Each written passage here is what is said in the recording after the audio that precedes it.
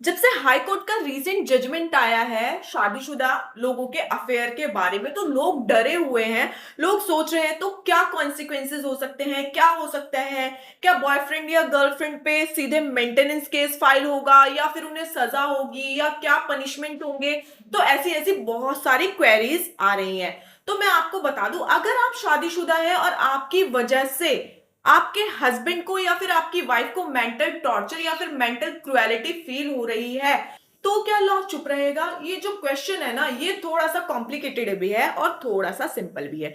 तो मेरे पास बहुत सी क्वेरीज आ रही हैं, तो उन क्वेरीज को हम सिंपल वे में समझाते हैं जिससे कि सभी लोगों को क्लियर हो जाए।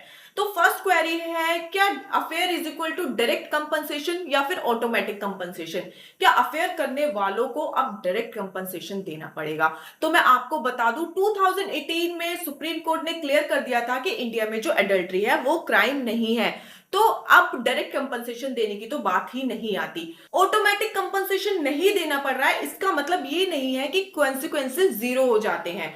अब कोर्ट क्या देखता है? फर्स्ट ऑफ ऑल कोर्ट देखेगा इंटेंशन, मेंस या कंडक्ट।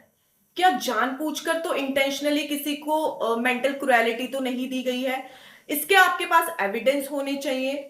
ठीक है, इसके लिए आपको प्रूफ रखने होंगे। नेक्स्ट क्वेश्चन आता है, क्या लवर पे या फिर बॉयफ्रेंड पे या गर्लफ्रेंड पे डायरेक्ट केस फाइल किया जा सकता है? तो मैं आपको बता दूं, क्रिमिनल केस तो फाइल नहीं किया जा सकता क्योंकि इंडिया में एडल्ट्री क्राइम नहीं है।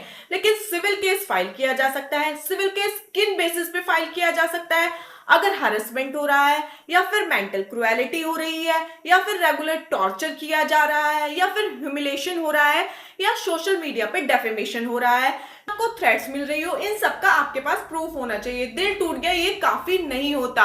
अगर आपके पास इन सब का प्रूफ है तो आप सिविल रेमेडीज के लिए जा सकते हैं। अब एक क्वेश्चन और अराइज होता है, क्या थर्ड पार्टी यानी कि बॉयफ्रेंड या फिर लवर या गर्लफ्रेंड को मेंटेनेंस देना होगा? तो हाई कोर्ट ने क्लियर कर दिया है कि थर्ड पार्टी को कोई मेंटेनेंस नहीं देना होगा। उन्हें एओए यानी कि एलिनेशन ऑफ अफेक्शन के लिए डैमेजेस देने होंगे, जो कि एविडेंस के बेसिस पर कोर्ट डिसाइड करेगी। तो मैं आपको बता दूं, सिंपैथी के बेसिस पर कोर्ट नहीं चलती, कोर्ट एविडेंस मांगती है। तो मेरे इस वीडियो से आपको क्लियर हो गया होगा। जल्दी जल्दी कमेंट बॉक्स में जाकर अपनी राय टाइप कीजिए कि क्या ये जो जजमेंट आया है ये सही है या फिर गलत है। कौन कौन इस जजमेंट से सहमत है। Thank you.